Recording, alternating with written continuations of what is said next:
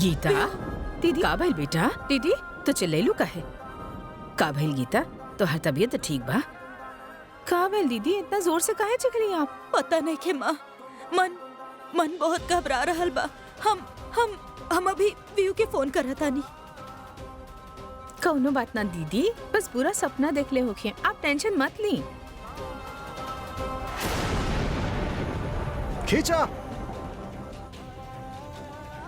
जल्दी इन लोग के बाहर निकाला।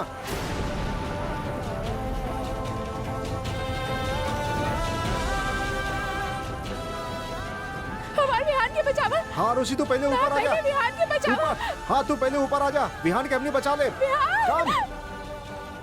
आप पहले पानी में जाइए प्लीज। आई विहान! संभाला इनके। हमके जाए ना। आप इधर आइए, आप इधर आइए। आप समझत कहाँ नहीं? हमने आपके जाए ना दे, पानी के धार बहुत तेज बा, उनके हमने के आदमी ढूंढ लिया। हमके जाए ना नीचे। आप समझत कहाँ नहीं? विहान! अरे आप का कर रहल बानी? आप समझे की कोशिश करी। हमने के आदमी उनका के ढूंढ रहल बाड़े। आप समझे की कोशिश करी। बचाइए तो हर पति। विहान! सर, आई थिंक हमने के इनका के यहाँ से ले जाके चाहिए। विहान!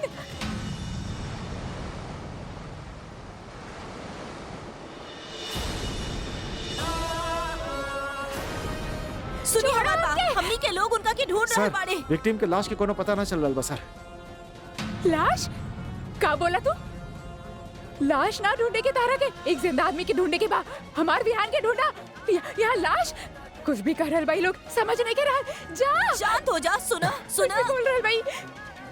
छोड़ देखा, हमके शांत जाए हो दो। जा। आपसे कुछ ना होके जाए दो।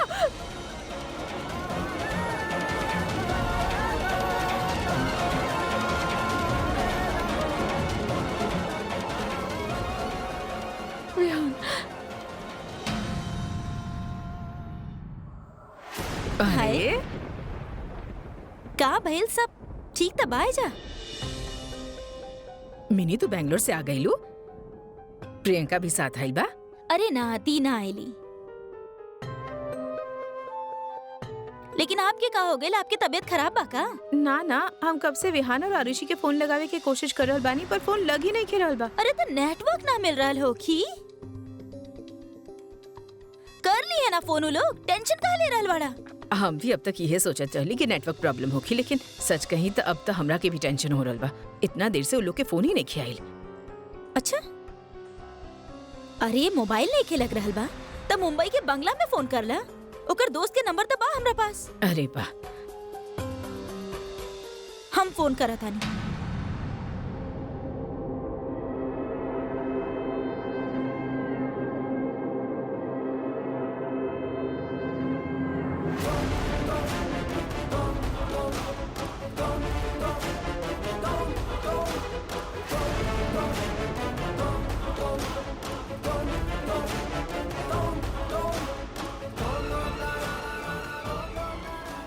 विहान!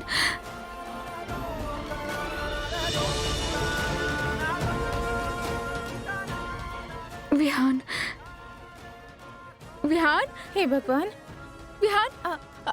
मैडम जी, आप उठी मत, बैठ जाएं, लेट जाएं आप, आपकी तबीयत ठीक नहीं है। दीदी,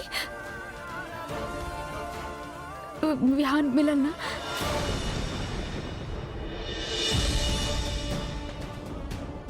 ओ, बाहर बैठल बा ना? बुलाई ना ओकरा के, हम बुलाता नहीं। हम बुलाता नहीं। विहान! मैडम आप बैठी मैडम जी, बैठी। देखिए, आप शांत हो जाएं। हमने आपके पति के ढूंढ रहल बानी, वो मिल जाई हैं। शांत हो जाएं।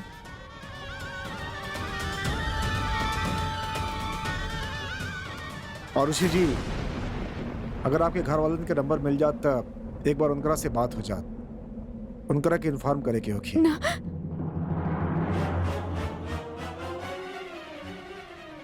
आप केहू के कुछ ना बताइए।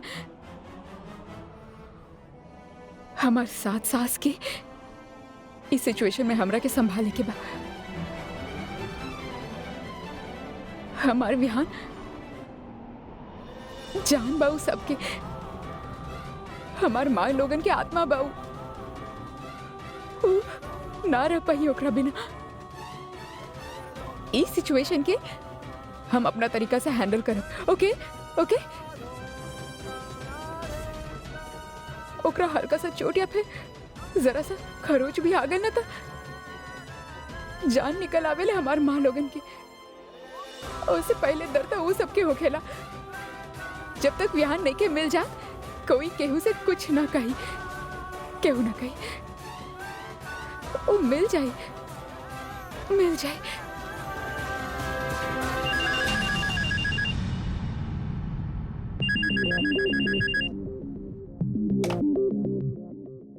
हेलो आरुषि जी, हाँ हाँ 1 मिनट। मैडम जी, आपके घर से फोन।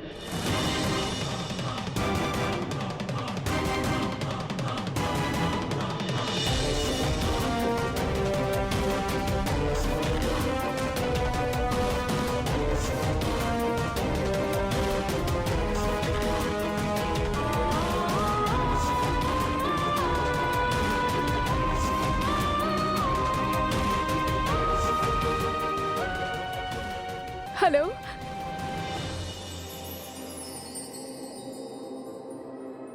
हे भगवान, तो हर लाख शुक्र बा। आरुषि, हम तोरा के बता ना सकीले तो हर आवाज सुन के हमके कितना राहत मिलल बा। सब ठीक बनाऊ? हाँ दादी माँ कैसन बानी आप? अरे हमार छोड़ा, अपना बारे में बतावा। कहाँ बा हमनी के नालायक बेटा? हाँ जरा फोन दा, ओके खबर लेत बानी ओकर। हाँ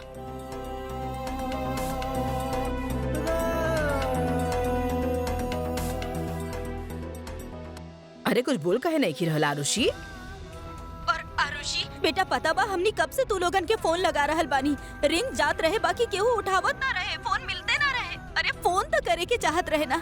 पता बा कितना खराब खराब ख्याल आवत रहे। हाँ वो विहान नहाए गए बा, मतलब बाथरूम में बा। उ तो जैसे बाहर आवत बा, बात करावत बानी। हम अभी बाहर जा रहे बानी ना, तो हम ओकरा से कहत बानी आपके फोन करे खातिर। अरे अरे आरुषि, हम कहत बानी दाई माँ बाय बाय।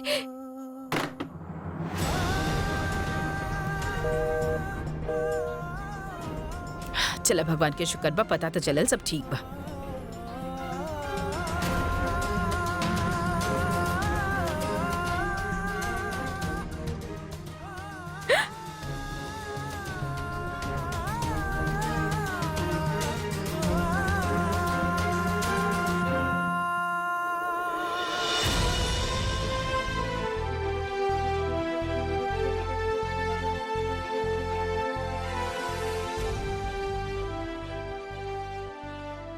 हम विहान के ढूंढ के रहब, सातों माँ के उनका बेटा से मिलवा के रहब।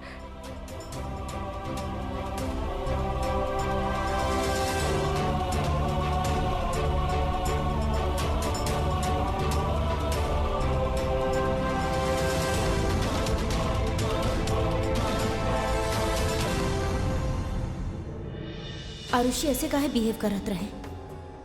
ओकर आवाज बाहरी काहे लगत रहे? जैसे वो दुखी होके। कुछ तो गड़बड़ बा। भगवान करे सब ठीक होके। का भइल बेटा, कुछ टेंशन में बाड़ू? अब कुछ नहीं खे माँ। लगत बा बहुत मजा कैले बा दोनों बहन बैंगलोर में। हाँ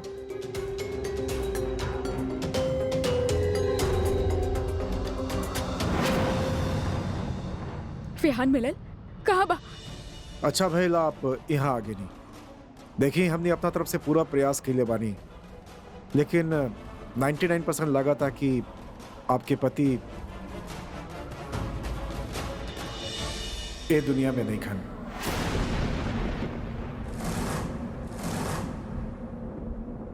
अब गलत बोल रहे बानी इंस्पेक्टर।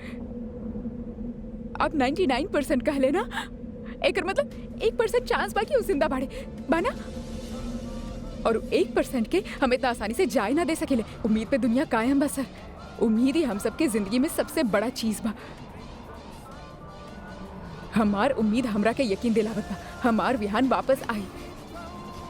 हमरा 7 सास के बेटा, हम सबके जिए के आस, हमार बिहान, ये जे आस बाना वो इतना जल्दी नहीं खे जा सकेले, समझ ले आप। हमें के जाए ना दे, ढूंढियो के विहान। सर, अभी अभी वायरलेस पे खबर आइल बा, नदी के पार एगो लाश मिलल बा, हो सकेला उनकर ही होके।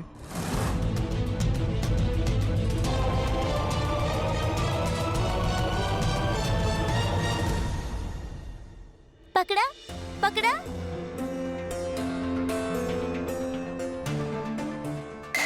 पकड़ा पकड़ा मिली। पकड़ा।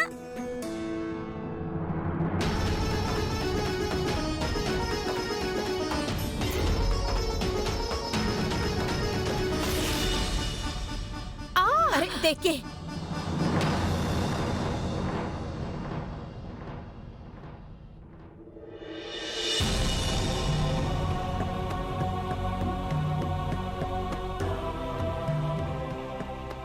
जब संभाल ना सकेला तो शादी काहे कैला? माँ जी, I'm sorry। माँ मत बोल हमरा के।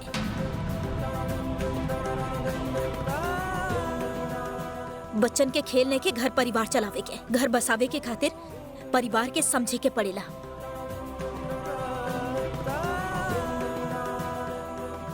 और तू कितना बार तारा के कहले बानी कि घर के अंदर उछल कूद मत कइल करा, समझ ना आवेला तारा के?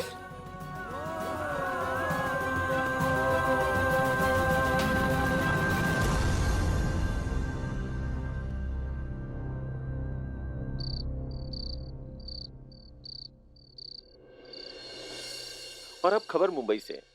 आज शराब माफिया के एक बड़ा नाम नामदेव के मुंबई पुलिस रंगे हाथ गिरफ्तार कर लेलस। पुलिस ओकरा और ओकर साथी के बड़ा ही नाटकीय ढंग से धर दबोचलस और उनकर अड्डा पे छापा मार के ढेर सारा मात्रा में नकली शराब भी जब्त कर लेले बा। लेकिन ये सब संभव भइल बा दिल्ली के हनीमून मनावे आयल नवविवाहित जोड़ा की वजह से। अब हम लेब एक छोटा सा ब्रेक, लेकिन आप कहीं मत जाइए, कहे कि ब्रेक के बाद बात करब बाघ के घटत संख्या पे। दिल्ली से हनीमून मनावे आयल नवविवाहित जोड़ी, ये सुन ली ना हम। तबे हमरा के लग रहा बा कुछ ना कुछ गड़बड़ जरूर बा। कॉल करके देखी। बबीता, का भइल? कुछ ना।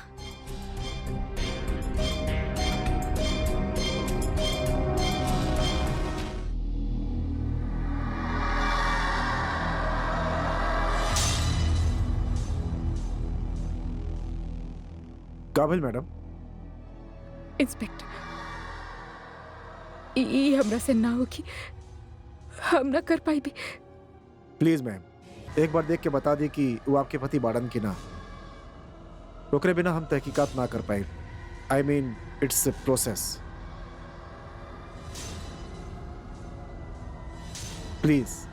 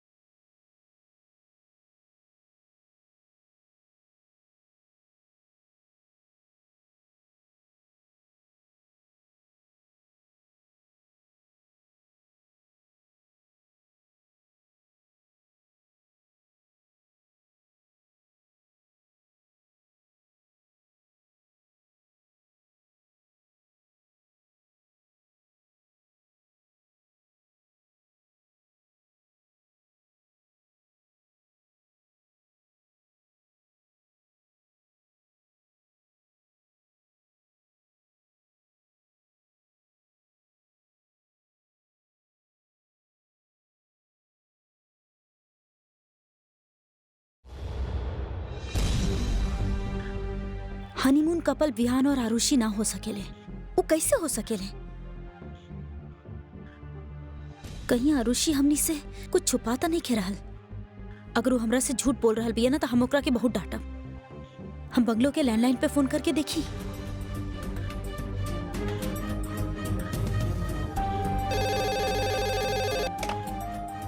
हेलो। हेलो, के बोल रहल बा? आपके? अब हम आरुषि के मिनीमा मतलब ओकर सास बोल रहल बानी। का विहान और आरुषि घर पे बाड़े? अगर बाड़े तो जरा बात करवा दी प्लीज। यहाँ बहुत गड़बड़ हो गई बा माँ जी। विहान भैया के कुछ पता नहीं के चल रहा बा। अब पुलिस वाला भी करल बाड़े कि उनकर बचल नामुमकिन बा।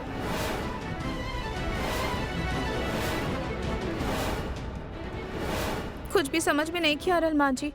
और आरुषि दीदी के अभी भी पुलिस वाले डेड बॉडी पहचाने खातिर मुर्दा घर लेके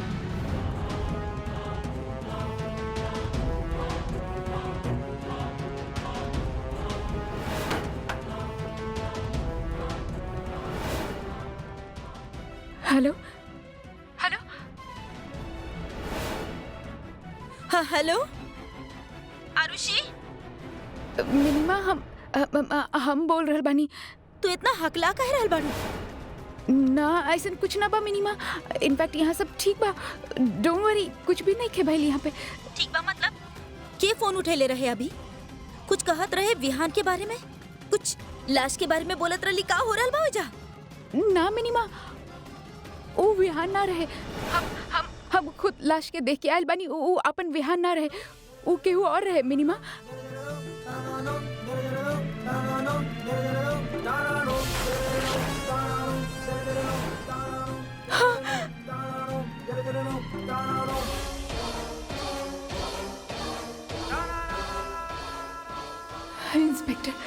इंस्पेक्टर जी।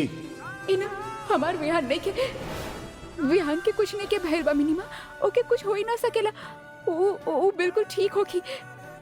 आरुषि, और ओकरा सर पे 7 माँ के आशीर्वाद बा, हम सबकर प्यार बा। ओके कुछ ना होगी, वो मिल जाए।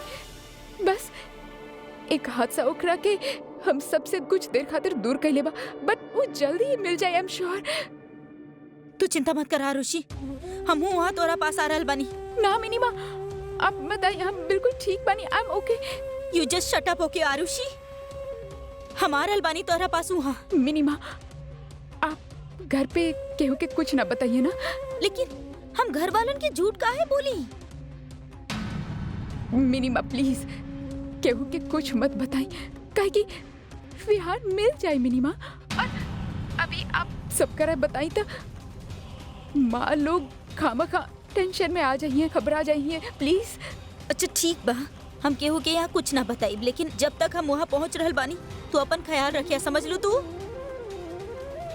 हम आ रहल बानी तोरा पास, आ रहल बानी हम। न मिनीमा, हेलो। पीहू,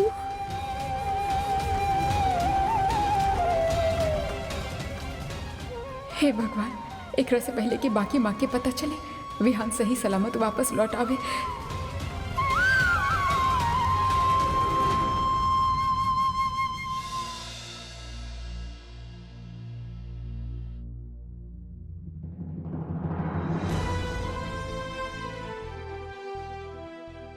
दीदी, खाना में का बनल बा? खाना में मैडम उ तो का आप ऐसे काहे देख रहल बानी हमके? दीदी, कल सुबह उठ के हम विहान के खोजे जाए तो हमके ताकत चाहिए ना। खाना ना खाए तो ताकत कैसे आई? खाना ना खाए तो कमजोर पड़ जाए, और कोनो भी हालत में हमके कमजोर ना पड़े के। आप एगो काम करी, हमरा खातिर कुछ भी बना दी। दाल चावल रोटी सब्जी कुछ भी बना दी। मैडम, सच में आप बहुत बहादुर बाड़ी। आपके जगह कोनो और औरत होखत तो अब तक टूट चुकल होखत। टूटेला उजे हार मानेला, हम कबो हार ना मानीले। हमार विहान भी कबो ना चाहे कि हम कबो हार मानी। हमार विहान हमार हौसला बा। आपन हिम्मत और ताकत बनाए रखे खातिर हमके खाए के जरूरत बा। जी मैडम। अभी बनावत बनी आप खातिर खाना। दीदी सुनी, दगड़ू भैया से कह दी कल सुबह वो हमरे साथ चले और उस सारा जगह पे हमरा के ले चले जे वो लेक से कनेक्टेड बा जहाँ पे विहान गिरल रहे। काबा न कि विहान कहीं भी हो सकेला, आई एम श्योर वो वहीं कहीं होगी, काहे कि पानी के बहाव से तो कौनो भी तरफ जा सकेला ना, और हमके कौनो भी ऑप्शन ना छोड़े के चाहिए, कौनो जगह मिस ना करे के चाहिए, वरना ऐसे होगी कि हम कौनो जगह देख ली ना और विहान वही रहा, वो मिली ना तो हमके बहुत चढ़ाई, नाराज हो जाए हमसे, कही कि तू आइलू ना हमके ढूंढे, जाने ली ना आप ओकरा के। हाँ मैडम जी, दगड़ू जरूर आपके मदद करी। ओकरा के यहाँ सब लोग जाने ले और वहाँ के आसपास के सारा जगह के जाने ला। वो आपके पूरा मदद करी मैडम जी। हम आप खातिर खाना बनावत बानी। Thank you. हमके अपना पति के अपना खातिर, अपना साथ सास खातिर, हमनी सब खातिर ढूंढे के ही होगी।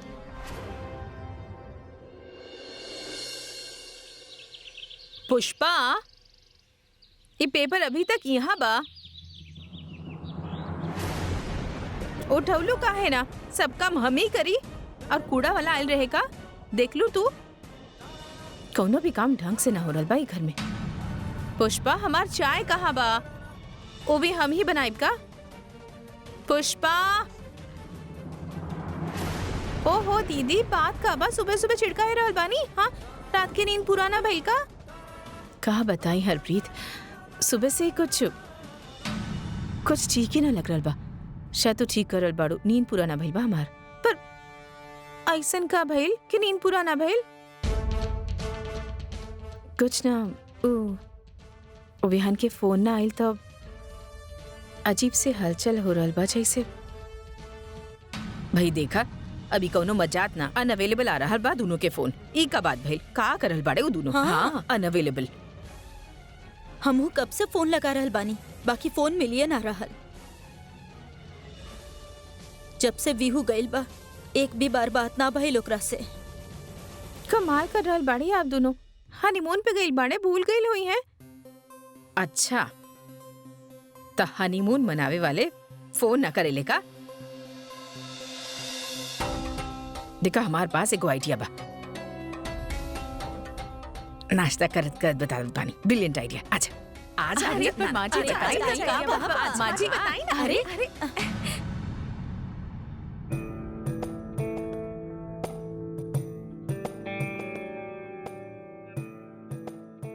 बस बस बस भैया, आप इनके कहीं देख ले बानी?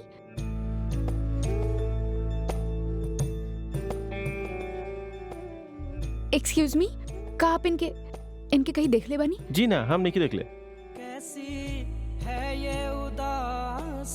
चलिए कहीं और देखा था नहीं।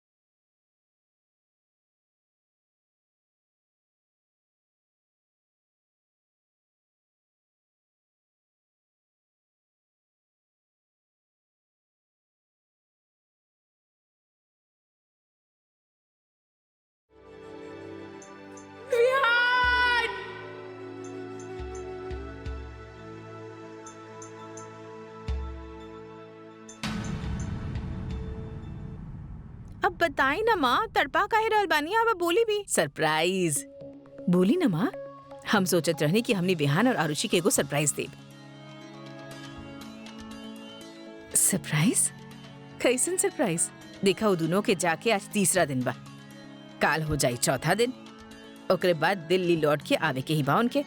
लेकिन माँ ये प्लान तो हमनी लोगन के पता बा, तो हमनी के काहे बता रहल बानी आप? ठीक बा, लेकिन सुना तो सही। अब एकरा पहले कि वो दोनों यहाँ लौट के आवे, हम अगर मुंबई पहुँच जात बानी त ई होखी ना सरप्राइज। हाँ बिल्कुल।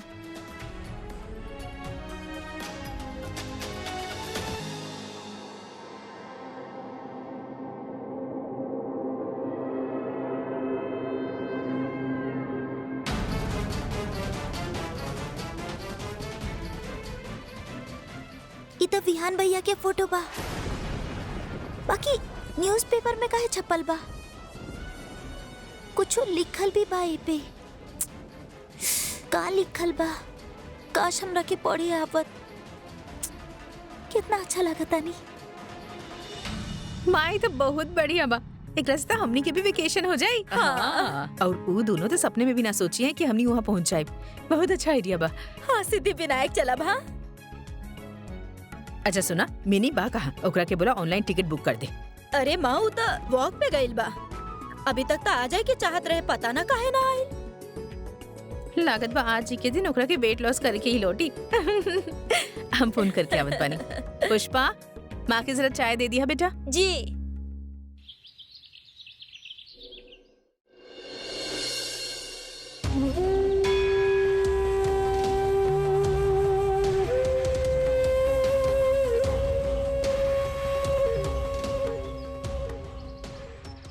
दीदी ई धागा ले ली ना।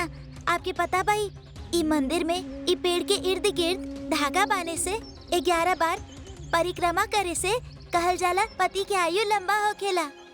ऊ देखी सारा औरतन बांध रहल बाड़ी। आप भी ले ली ना दीदी।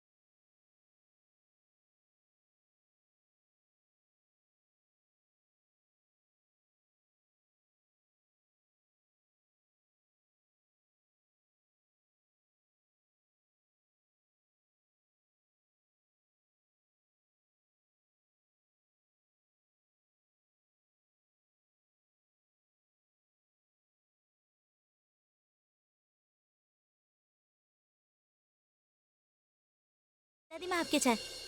दादी माँ आपके पता बा, आज के अखबार में विहान भैया के फोटो आयल बा। पता ना का लिखल बा, हमके पढ़े नहीं आवत। का बकवास बा? काहे व्यू के फोटो आई? का बा? कहाँ बा? चश्मा लवा, हमार चश्मा लवा। अरे का बा?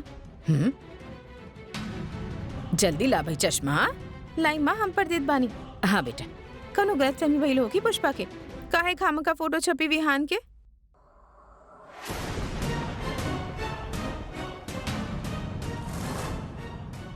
हरप्रीत तू अकेला अकेला पढ़ते रहबू की हमनी के भी दिखेबू? हरप्रीत बेटा, का भाई पीयू के फोटो बा?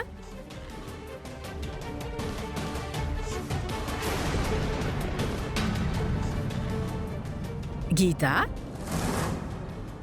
का बा पेपर में? अरे हमार चश्मा पुष्पा। दादी माँ आपके चश्मा। बोलत का है ना कुछ? दा इधर, दा इधर। माँ कहाँ बा? कहाँ बा?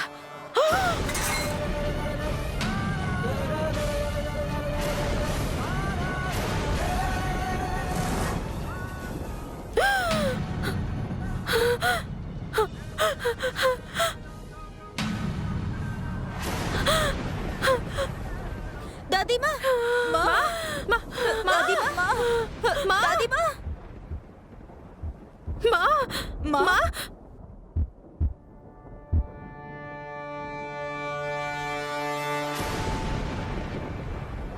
हे भगवान, ये धागा कैसे टूट गई?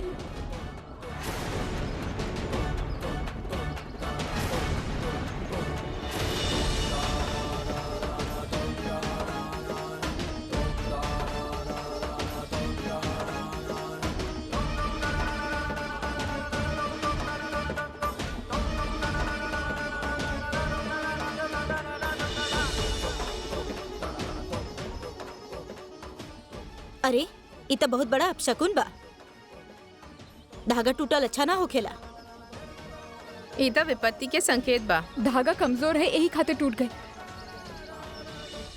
कौनो विपत्ति अपशकुन ना भाई, जुड़ जाइए अभी, हम बांधव एक रखे।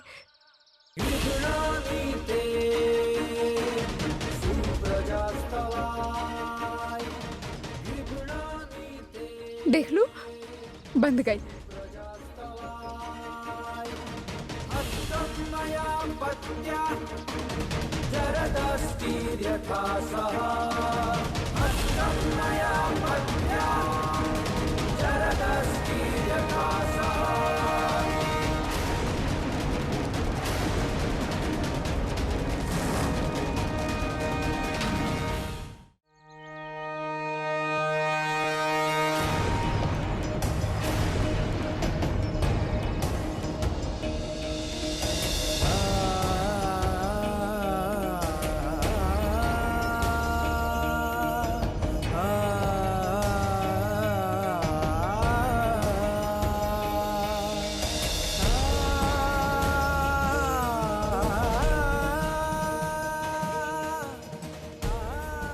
आरुषि, विहू, ना ना मिनीमा, रोवा ना, बिल्कुल ना रोवा। हमनी के विहान ठीक बा, ओ मिल जाए बहुत जल्द, ट्रस्ट मी।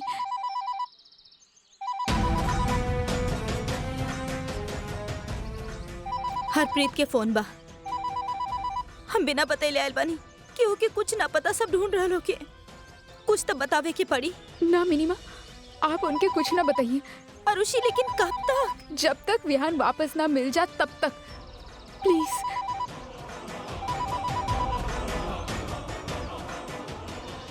हेलो,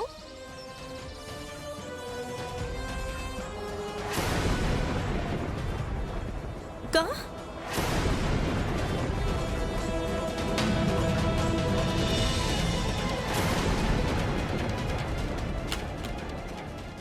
कहाँ भाई?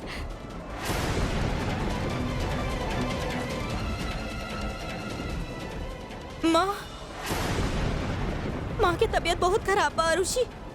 हमनी के दिल्ली के चले गए होगी। चला। एक मतलब दादी माँ के पता चल गए। चला ना। ना मिनीमा, मिनीमा, हम विहान के बिना ना जा सके नहीं। अगर हम विहान के लिए बिना पहुंच गए तो दादी माँ की उम्मीद खत्म हो जाए कि विहान वापस लौट आए। वैसे ही दादी माँ के दिल बहुत कमजोर बा, हमने और रिस्क ना ले सके नहीं। तू करबू का यहाँ? मिनी माँ अगर विहान हमरा तक पहुँचे की कोशिश करी तो ओकरा खातिर हमके यहाँ रुके के ही होगी। Just be practical. पुलिस ढूंढ रहल बाड़ी ना ओकरा के। उ लोग हमनी के खबर कर दी, हमनी आ जाए भी यहाँ। मिनी माँ, आई एम प्रैक्टिकल। हम यहाँ रह के अब ओकरा खोज लेब। हमरा के पता बा आरुषि, हमरा के पता बा तू खोज लेबू, लेकिन वहाँ गइल बहुत जरूरी बा। और अगर पुलिस हमनी के इन्फॉर्म कर दी तो हमनी आ जाइब ना। प्लीज ई वक्त बहस मत करो, तू चला है जैसे।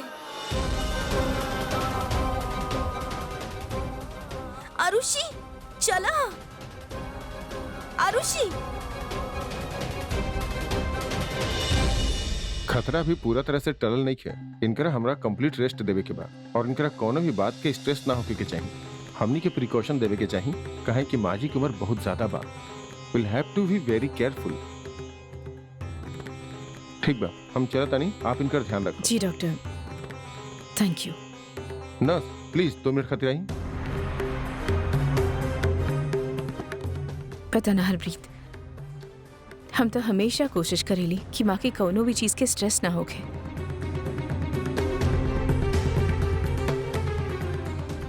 हमके समझ में ना रहल बा कि अचानक ई माँ जी दरअसल दादी पुष्पा, तू यहाँ का करल बाड़ू? चला हमरे साथ बाहर काम बा। चल।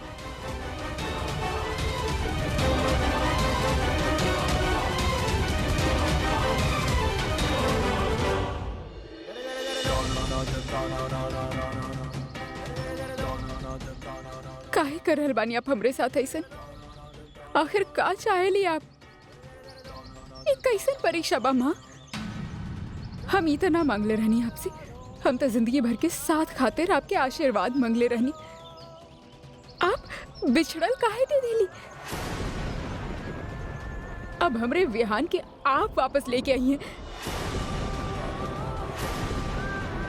काहे कि आपके ऊपर हमार श्रद्धा बा, हमार विश्वास बा, और एक सुहागन के विश्वास आप तोड़ ना सकेनी। हमार मंगल कामना के लाज अब आपके हाथ में बा माँ।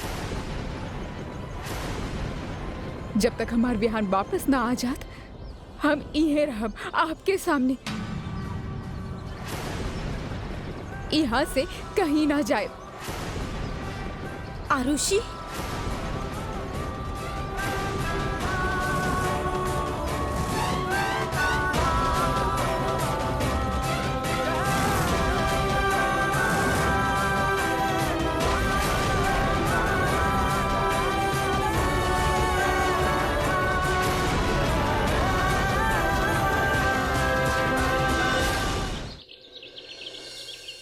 दी, पुष्पा कुछ कहत रही ना, आप सुन ली? कह।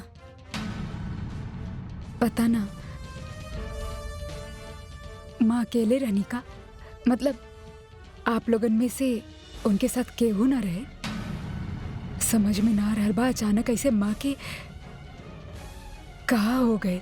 वही तो नीलू, 2 मिनट पहले हम उनके साथ रहली, मुंबई जाने के प्लान बनाते रहे और टिकट्स की बात करत रही। पता ना अचानक। दीदी हम देखा था नहीं।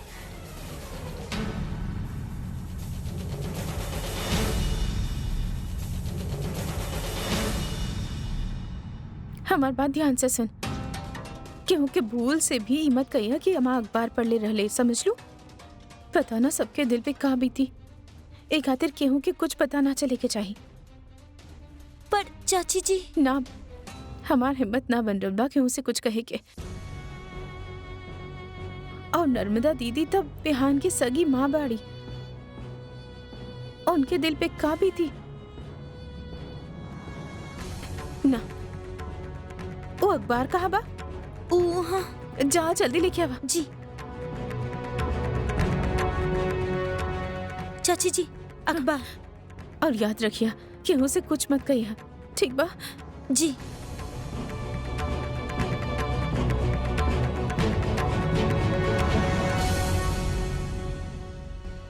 जहरीला शराब पिए से मुंबई में 100 से ज्यादा लोगन के मौत। तब पिए ले ही काहे? पूरा राज्य में इस तरह से जहरीली शराब बनावे वाला गिरोह सक्रिय बाणे। पता ना पुलिस का कर रहल बिया। ऐसन गिरोह के पर्दाफाश करे खातिर आम लोगन के आगे आवे के पड़ेला, और यही कोशिश में बहुत बड़ कीमत चुकावे के पड़ल दिल्ली के बिहान के।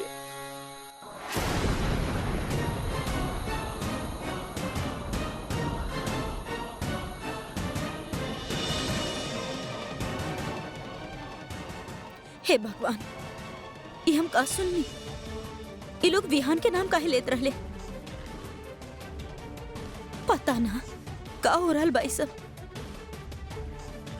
विहान के नाम तो इनाम के तो कितना लोग होखेले दुनिया में। अखबार में खबर आयल होगी। अखबार कहाँ बा? हम अखबार लेके आवतानी। भैया, आज के अखबार दे प्लीज। बहन जी, आज के अखबार तो सब बिक चुकल बा। आप कोनो ऐसा खबर पढ़नी मुंबई के जेमे हमार दामाद विहान वत्सल के बारे में कुछ होखे? ना बेटी, ऐसा कोनो खबर ना सुननी।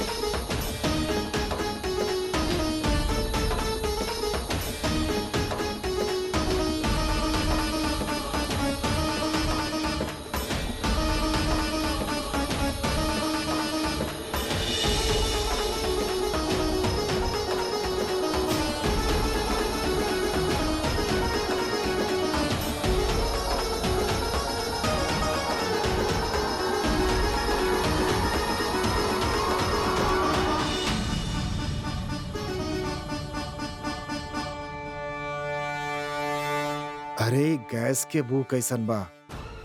टीवी ऑन बा बहू?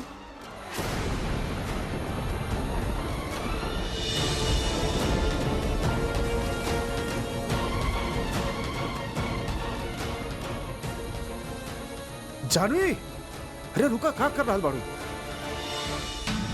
तोरा के गैस के बू नहीं खे आवत? दादाजी हमके जुकाम भइल बा।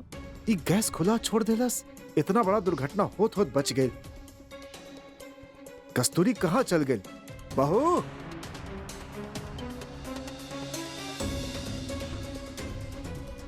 अरे बहू कहाँ रहलू? अरे गैस ऑन करके कहाँ चल गई रहलू? कोनो दुर्घटना हो जात? बहू जी, कहल जा रहा बा कि विहान वत्सल अपन पत्नी आयुषी वत्सल के साथ मुंबई में हनीमून मनावे खातिर गए रहले, लेकिन यही बीच शराब माफिया के एक्सपोज करे के चक्कर में विहान वत्सल मिसिंग बतावल जा रहल पड़े। उनकर मिसिंग होके के पीछे शराब माफिया के हाथ बतावल जा रहल बा।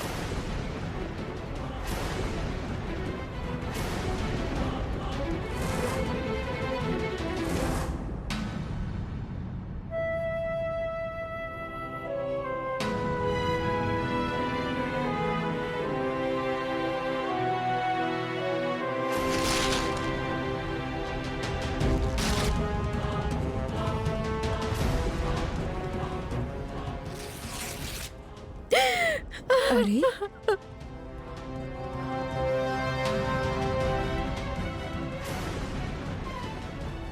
ई सब काब है?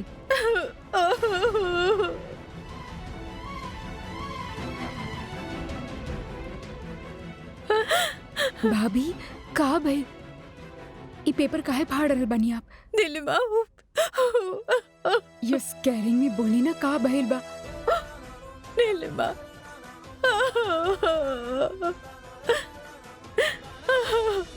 भाभी बोली ना का भइल बा? विहान, अखबार में विहान। विहान के बारे में का? हमरे विहो के बारे में का? भाभी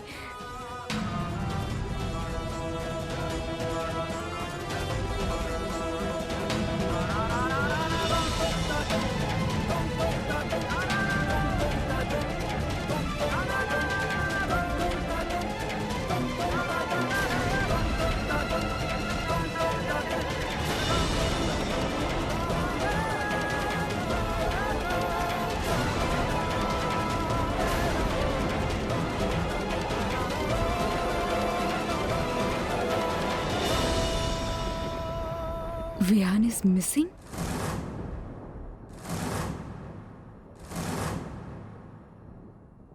पेशेंट के आराम की जरूरत बा, आप बाहर बैठी, हम ऐजा बानी इनकर देखभाल के खातिर। जी।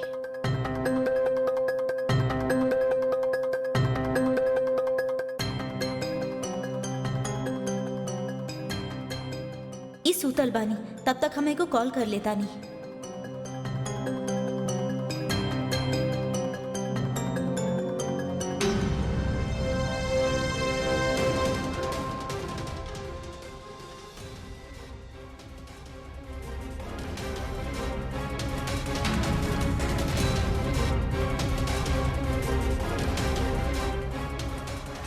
नर्मदा दीदी की ये बात पता चली, न जाने कहाँ होगी।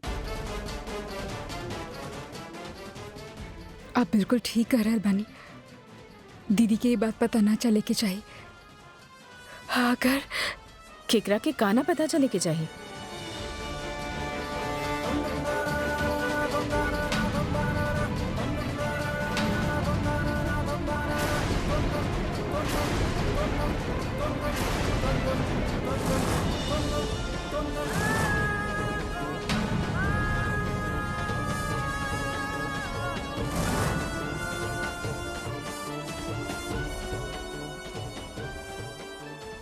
तू सब चुपका है बाड़ू? कुछ भइल बा का? अरे कुछ तो बतावा नीलू, बोल ना। ओ नर्मदा, हमने ये बात करत रहनी कि हमने बच्चा के माँ के तबीयत के बारे में ना बतावे के चाहत रहे। हाँ, उनकर हनीमून स्पॉइल हो जाई। बात तो आपकी सही बा दीदी,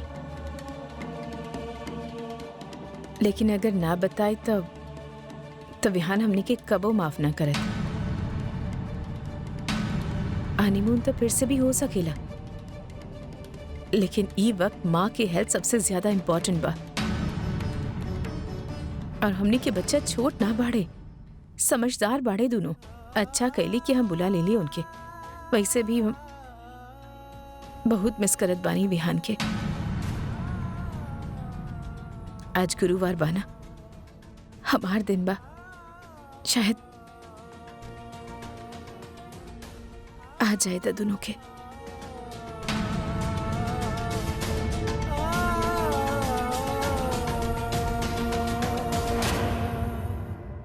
हम मुंबई जाए, हम अभी जाए मुंबई। अरे क्यों बा? अरे क्यों रोका इनका के?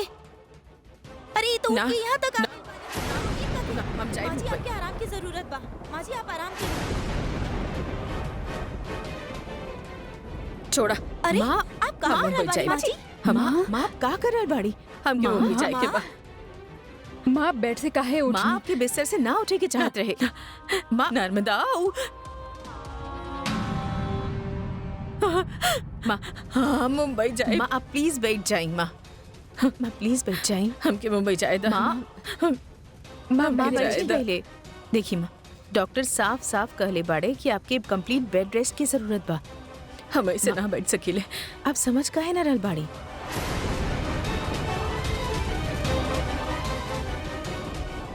दीदी आप जरा संभाली। नर्मदा दीदी आप हमारे साथ चली, डॉक्टर के फोन करत बानी, दवाई के बारे में पूछत बानी। आई हाँ, डॉक्टर से कहीं अभी आ खातिर। डॉक्टर से कहत बानी।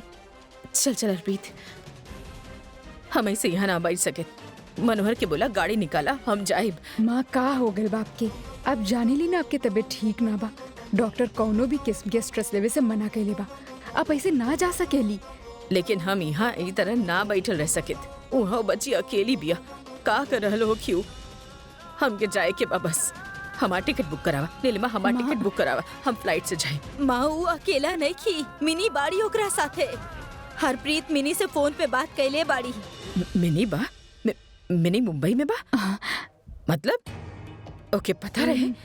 माँ आप शांत हो जाइए। अब समझे की कोशिश करी ना। हमके कुछ ना समझे के नीलिमा, समझ तू लोग ना रहल बाड़ा। बस हमके मुंबई जाए के बा और हम जाइब। हम जाइब। माँ ना, ना, हम जाइब। हमके जाए के बा। बात तो सुनिए, हम आपके बात करवा दे। आप बैठिए, हम आपके बात करवा दे आरुषि से। आप रुक जाइए, हम बात करवाता नहीं।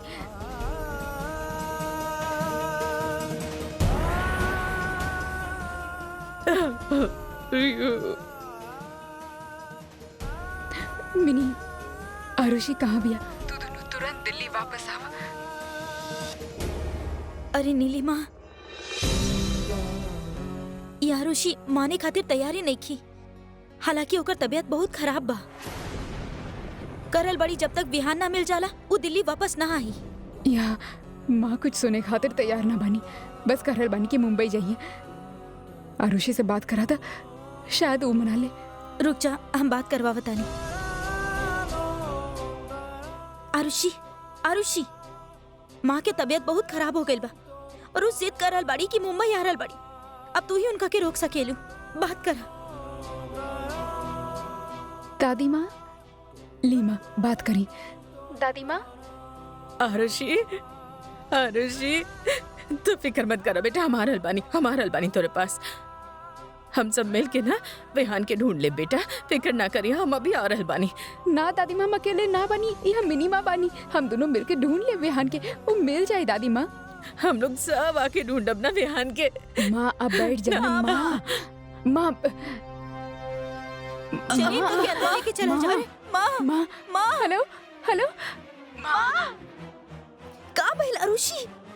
नर्स, हेलो आरुषि, माँ की तबीयत फिर से खराब हो गई बा। वो फिर से बेहोश हो गई बनी। दादी माँ से कह दी हम आ रहल बनी।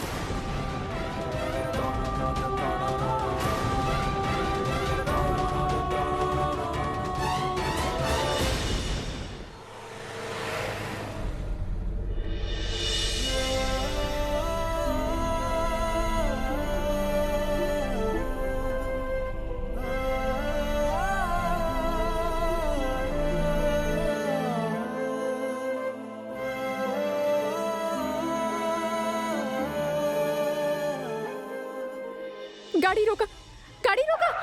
का भइल? आरुषि कहाँ जा रहल बाड़ू? आरुषि विहान,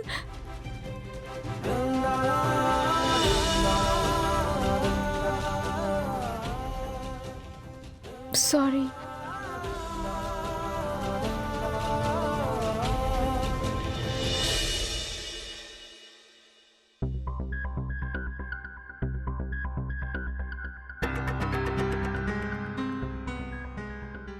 माँ,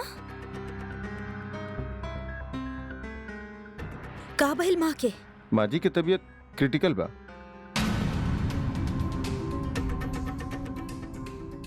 इनकर उम्र भी ज्यादा बा, ऐसे में दूसर बार खतरनाक हो सकेला। भाभी कहाँ बाड़ी? किचन में। लेकिन सुना प्रियंका, हमनी दीदी के अभी कुछ बताई लेना बानी।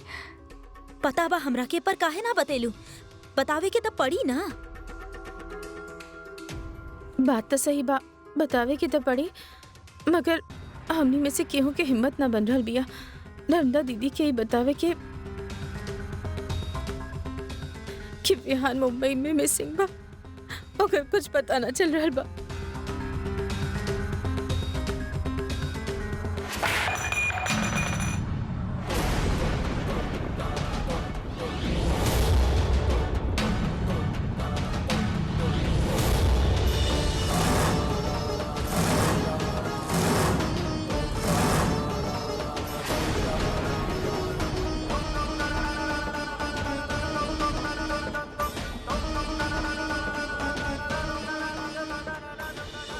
का कहलू हरप्रीत? सच सच बतावा, हमार विहान कहाँ बा? ना दीदी, ऐसा कुछ ना भइल बा। दीदी, विहान अभी लापता बा, उ मिल जाई। हम जानत बनी ठीक बा, उ आ जाई वापस। आप आ जाई मतलब? उ लापता बा? दी, तू सब जानत रहला, हमके क्यों ना बताइला? कब भइली? क्यों ना बतावा? हमारा आरुषि ऊ कहाँ बिया? ऊ का कर रहल बिया? ऊ नर्मदा, तू तनी हिम्मत रखा, हौसला रखा। हमनी के स्ट्रांग होके के पड़ी ना। माँ जी के तबीयत यही वजह से खराब भइल बा। हमनी सबके स्ट्रांग बने के पड़ी। और तू तो बहुत हिम्मत वाली बाड़ू। अब कैसन बात कर रहल बाड़ू दीदी?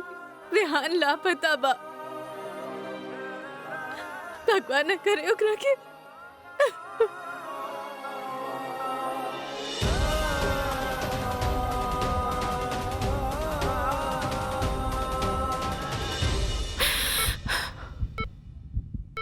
माँ जी की तबीयत बहुत ज्यादा खराब हो रहा बा। माँ, माँ, माँ,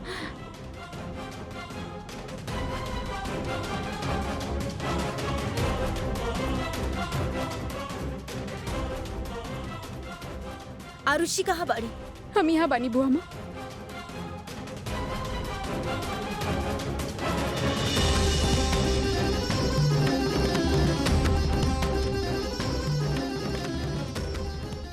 दादी माँ, हम आ गई नहीं दादी माँ। दादी माँ, आपके ठीक होखे के होखी, हमरा खातिर, अपना बहू खातिर हमनी सब मिलके इतिहास बदल देव दादी माँ। जहाँ एक सास और एक बहू बेटा के बिना कबू साथ न रह सकेली, वहाँ हम 8 एक साथ मिलके अपना पूरा ताकत के साथ अपने विहान के वापस ले आए। और ओकरा खातिर आपके ठीक होके के होके, आप हिम्मत बानी हमनी सबके, आपके विहान के। उठी दादी माँ, प्लीज।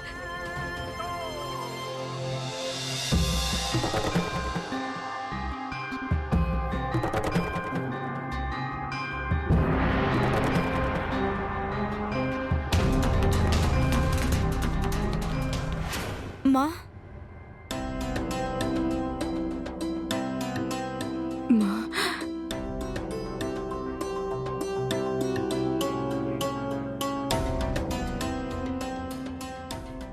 आरुषि, हम विहान के ढूंढब। हमनी सब मिल के विहान के ढूंढब।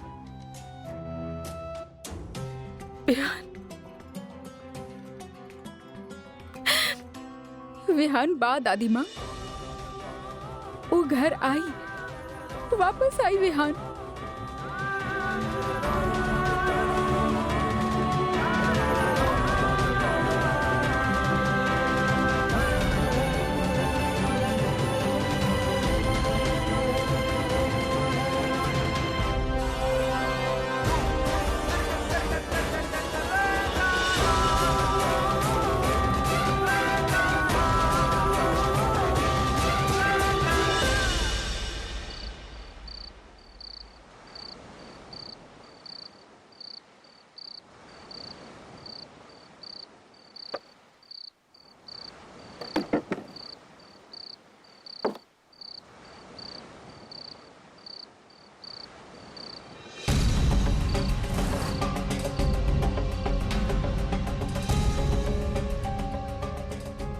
ए गोटिया, ए पकिया, ए हेरा का हो गए हो? ये देख।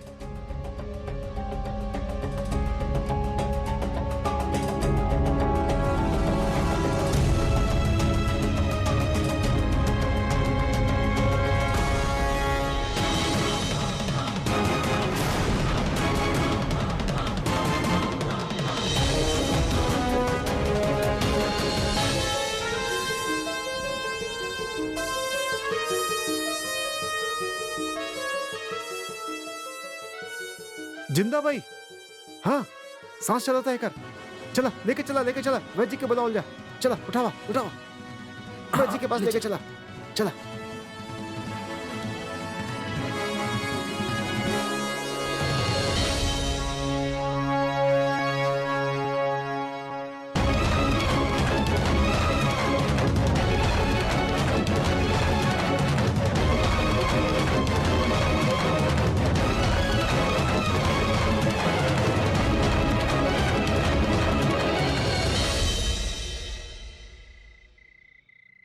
ए पकिया, ए लालटेन लगाओ ना, लालटेन लगाओ।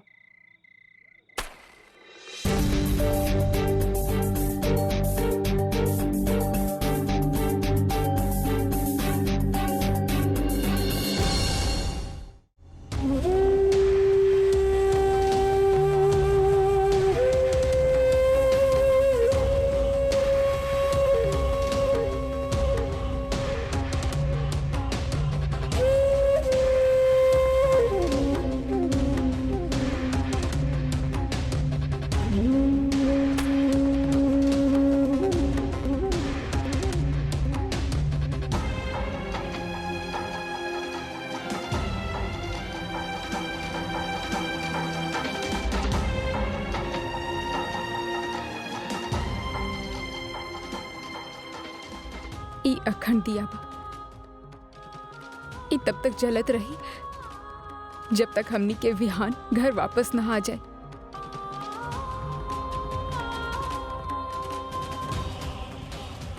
और तब तक हमनी दिया के बुझे ना दे।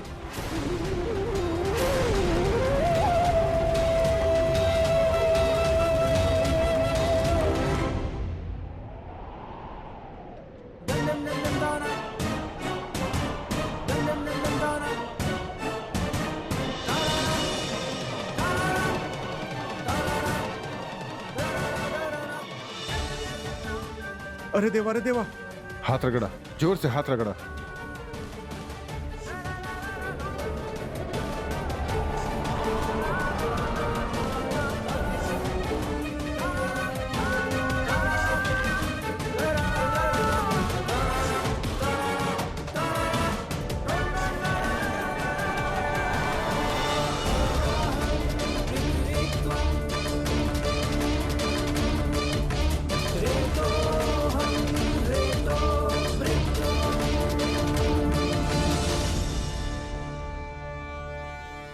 लगा था एकरा हॉस्पिटल जाए के पड़ी। ना ना वैद जी, अस्पताल ना, अस्पताल जाए तब पुलिस केस बन जाई, कहीं मरमरा गेल तब लेवे के देवे पड़ जाए वैद जी। अजीब सिस्टम बा वैद जी। हॉस्पिटल वाले पुलिस बुलाई हन, पुलिस आई हमनी से पूछी के भाई कहाँ मिलल, कैसे मिलल, का जवाब दे। हमरा के तो उन पर बिल्कुल भरोसा नहीं है बाबा। अरे एकरा यहाँ लैला काहे? एकरा वजह से हमनी सब मुसीबत में पड़ जाइब। एकरा से अच्छा होत कि एकरा ओहिजे छोड़ती। चुप करा, ई कोनो मच्छी नहीं खे, जिए जगत इंसान बा। देखे में लागेला कि अच्छा परिवार से बा। जरूर एकर साथ कोनो हादसा भइल हो की, पता ना एकर परिवार पे का बीत रहल हो की, कितना परेशान हुई है वो लोग। तो आपे बताए वैद जी का कहल जा, पुलिस में लेके गए नहीं तो हमनी तो फंसिए जाई। ना ना, पुलिस में केहू ना जाई, मगर हमनी के एकर होश में आवे तक इंतजार करे के पड़ी। एकर होश में आवे के बाद हमनी सब एकरा पुलिस स्टेशन में लेके चलो।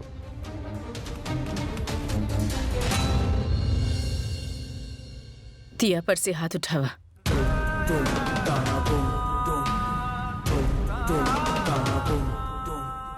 केहू भी अखंड दिया की रक्षा ना करी।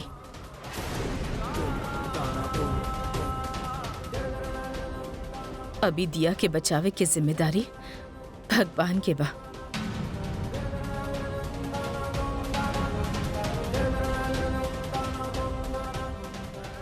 ई का करल बाड़ू नर्मदा?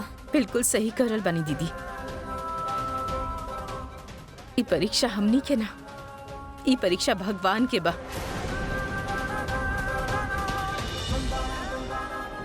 कुछ भी करके इनके विहान के बचावे के होगी और सही सलामत घर लेके आवे के बा। हमनी के कसौटी पे खरा उतरे के बा। और अगर ये दिया बुझ गई तो ई मंदिर में फिर से दिया ना जली।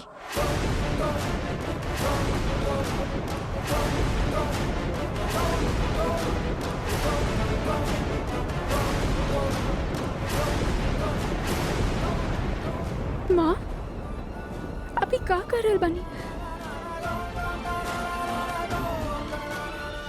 माँ,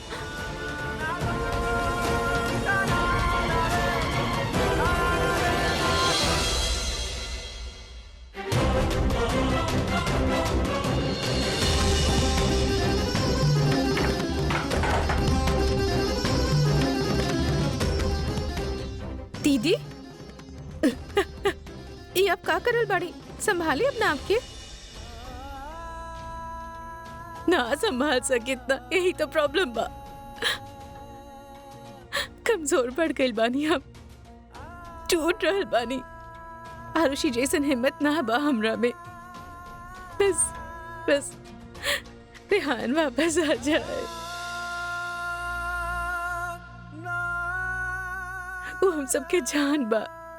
एक घर के इकलौती खुशी अब ना हो रहल। रेहान के बिना ना जी पाए हम। रेहान के पापा चल गए तो हिम्मत रख ली हम। अब ना हो। रेहान हमारे इकलौती खुशी बा। फिर काहे कर रहल बा भगवान हमरे साथ? हम का गलती कइले बानी हरप्रीत, बतावा ना। हमार का गलती बा एकरा में? कैसन शाप बाई घर में? बस हमार रेहान वापस आ जाए, ना रह पाई बकरे में ना।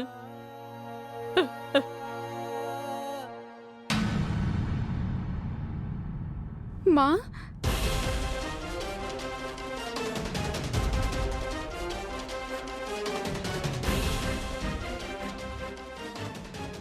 का कर रहल बानी आपी? माँ, जितना औरतन के हम देख ले बानी ना, उस सब में आप सबसे स्ट्रांग बानी। आपके बीते कल में जे कुछ भी भइल, ओकरा बावजूद आप अपना आप के एक घर के संभालनी, अपना बेटा के कितना अच्छा परवरिश देनी। माँ, आप तो हमरा खातिर इंस्पिरेशन बानी। आपके देख के हम ही कह सकेनी कि औरत अगर ठान ले तो कुछ भी कर सकेली। दुनिया के कौनो ताकत ओकरा ना रोक सकत। आरुषि बेटा, तोहरा से कौनो शिकायत ना बा। लेकिन हम विहान के बिना ना रह माँ। पाए। हम माँ, ना रह पाए ओकरे बिना।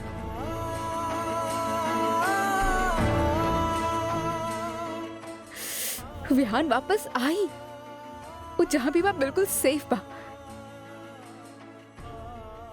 काहे कि ओकरा सर पे एक ना 7 माँ के आशीर्वाद बा। भगवान इतना ना इंसाफी तो ना करी।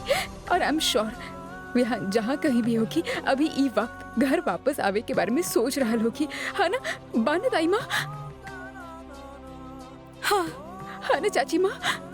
हाँ, आई होप सो कि जे तू करल बाड़ू वो बिल्कुल सच होखे। Really I hope so. I know हम जे कह रहल बानी वो सच होगी, वो सच बा।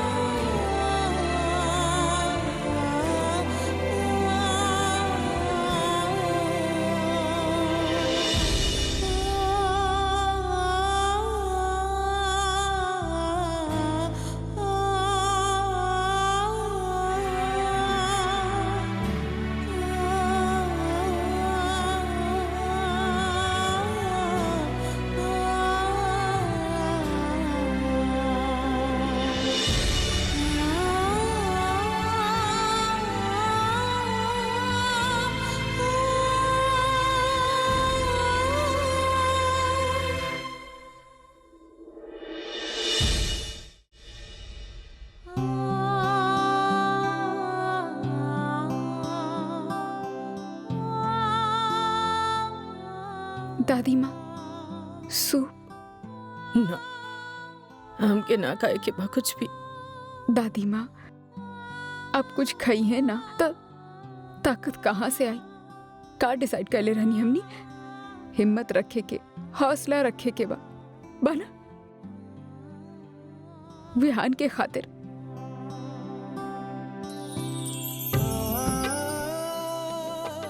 थोड़ा सा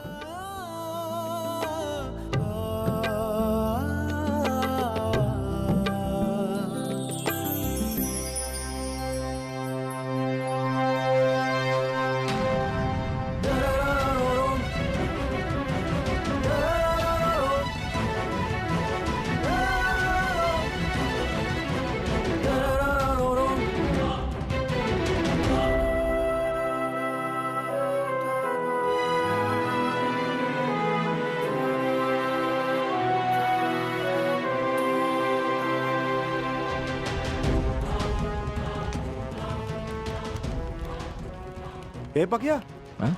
देखो ओकरा के होश आ गइल बा।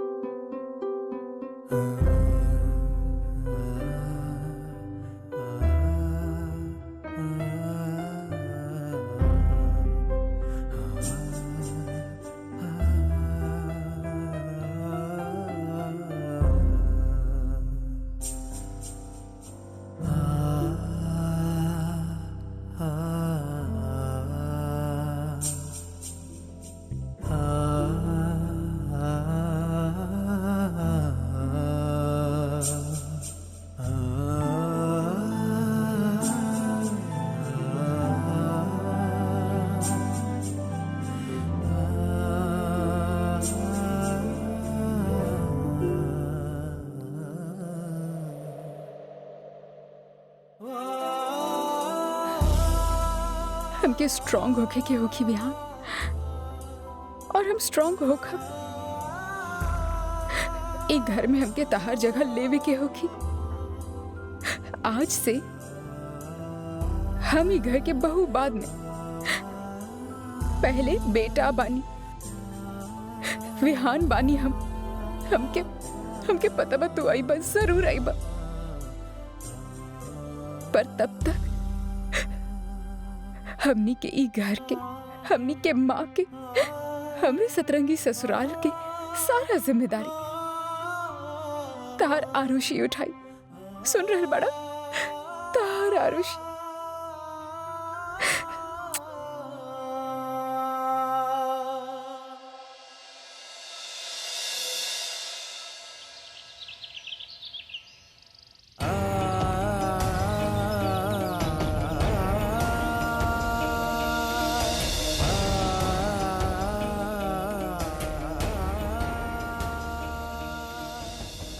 अरे अरे अरे चला, अरे बाप रे, दीदी, माँ।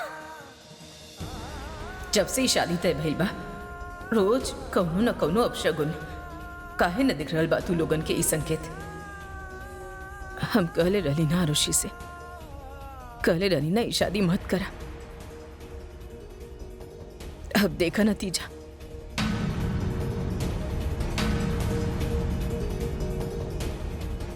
हे भगवान, ऐसन कौन से पाप कैले बानी हम, ऐसन का कर देली जे ई श्राप चलत ही रहल हमरे जिंदगी में। काहे? आरुषि कहले रहली ये आपके वहम बा, लेकिन अभी जे सब कुछ भइल, हम कैसे यकीन करी? माँ, ऐसे समय पे ऐसे बात काहे करल बाड़ी आप? ई सही नहीं खे माँ। आरुषि के बारे में तो सोची। तो फिर सही का बा? ई काहे बार बार हो जा रहल बा? काहे आज तक ई घर में कौनो शादी ना टिकल?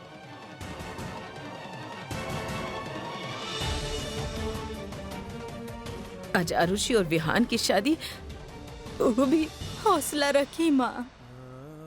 इस समय हमनी सातों के आरुषि के साथ होके के चाहिए, ओकर हौसला बढ़ावे के चाहिए। माँ, हमने ओकर विश्वास पे विश्वास रखे के होगी कि हमने के भी वो बहुत जल्दी वापस आ जाई। पता ना हो कौना मिट्टी के बनल बा, लेकिन हमरा में इतना शक्ति ना बा। हमार बेटी के विश्वास में बहुत शक्ति बा माँ जी।